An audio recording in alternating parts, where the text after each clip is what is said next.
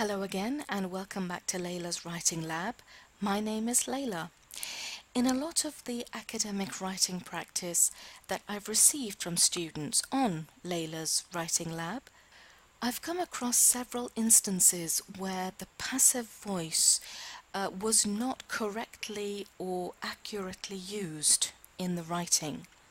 Now, as I'm sure you're aware, when we talk about academic writing, such as the IELTS Task 1 or the TOEFL Task 1, we rely heavily on formal writing, and formal writing is all about using the passive voice.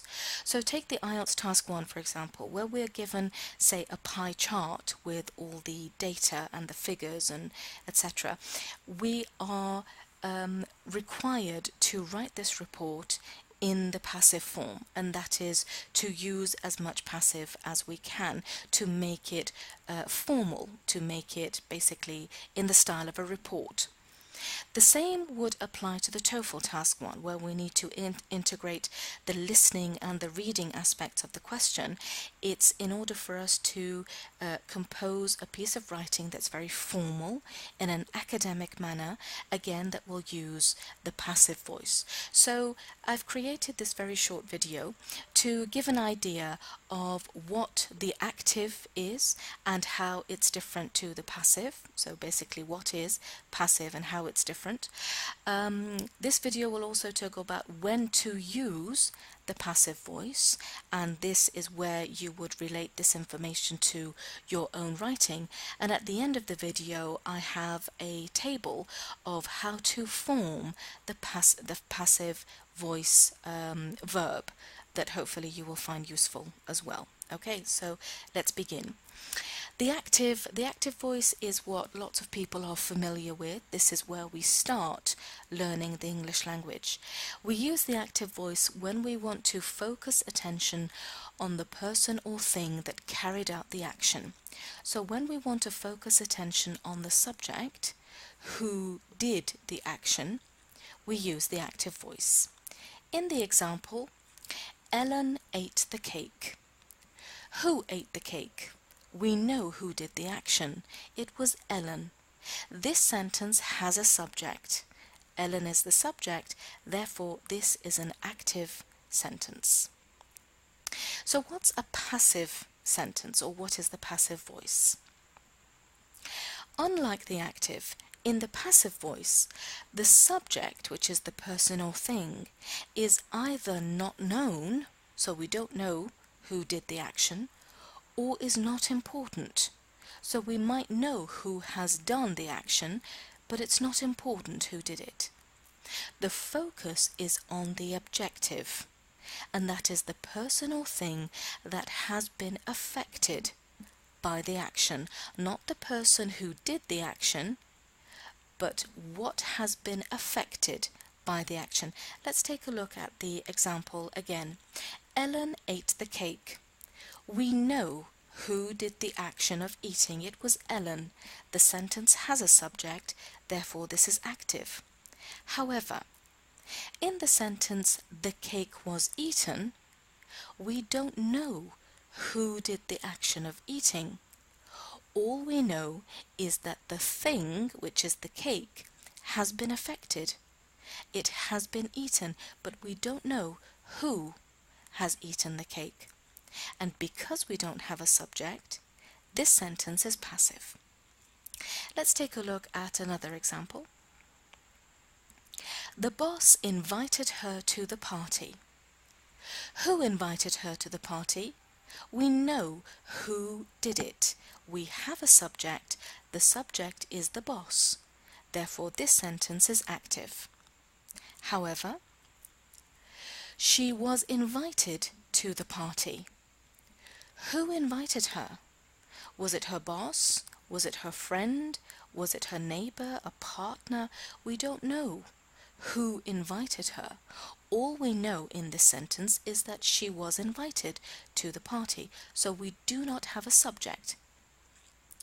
Sometimes we might have a subject, but the subject is not important, and that's why we write it at the end of the sentence, followed by the preposition by.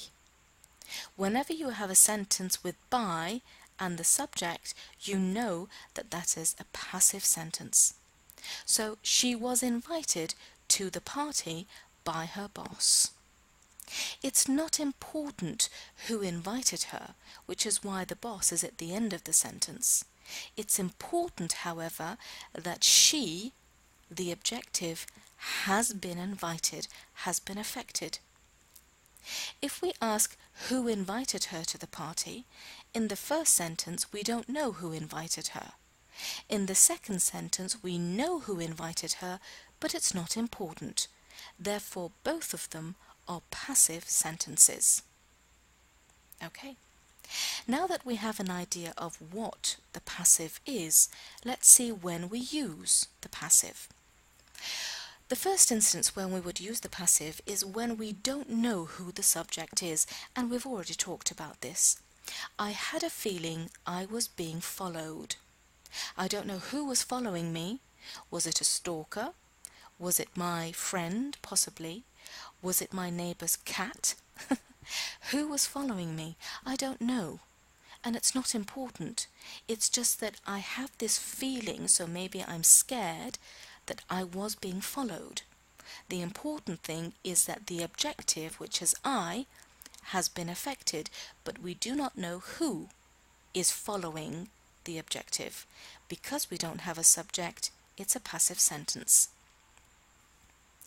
Another instance of using the passive is when it's obvious to the listener. The listener already knows who the subject is. I was told to do my homework for next class. Who do you think told me to do my homework? Would it possibly be my next door neighbour? Most probably not.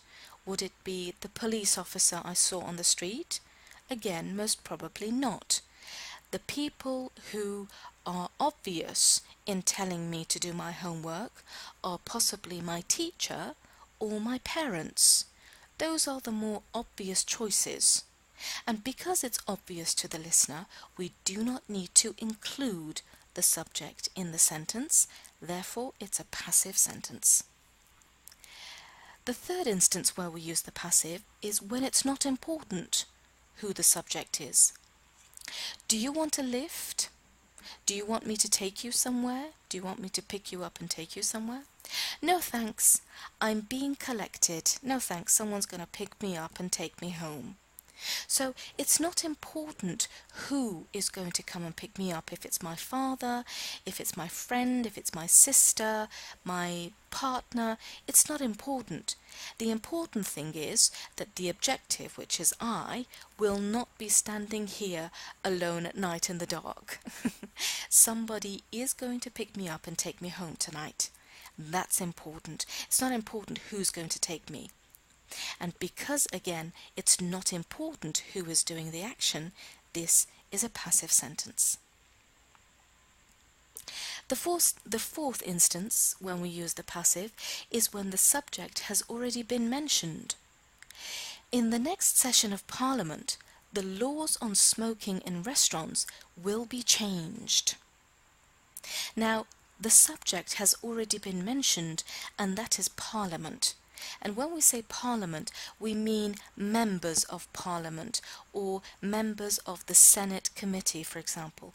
The people who make the important decisions in a country usually get paid a lot of money to do it as well. So in the next session of Parliament, so Parliament is the subject, the laws on smoking in restaurants will be changed.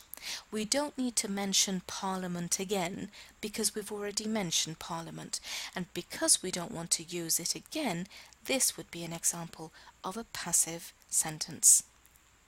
And finally, for this video, when people in general are the subject, we use the passive voice. All the music CDs can be borrowed from the library free of charge. Who would usually go and borrow CDs from the library? It would not usually be, for example, an engineer from NASA, would it? Usually it would be a member of the general public. So because it's very obvious, it's a member of the general public, it's people in general, we do not need to include it in our sentence, therefore this is used in the passive form. Okay, so now we know what the passive is, we know when we use it. Finally, we're going to look at how we make the passive voice form. In this table, I've included the common verb tenses in the English language, all the present tenses. I've included all the past tenses, and I've included the future and the infinitive. In the next column, I've included all the formulae that we would use corresponding to the verb form or tense. So for example, for the present simple verb form, we would either use am, is or are, depending on the objective, plus the past participle. And just to remind you, the past participle is the third form of the verb. For example, do, did, done. Done would be the past participle. And so this column shows you how we would make the passive voice verb form in our sentences. Okay, I hope that you have found this video useful. Please feel free to visit my Facebook page as well, at Layla's Writing Lab, and do feel free to drop a comment if you wish about this video, or if there are any other videos that you would like to know about regarding any aspects of the academic writing.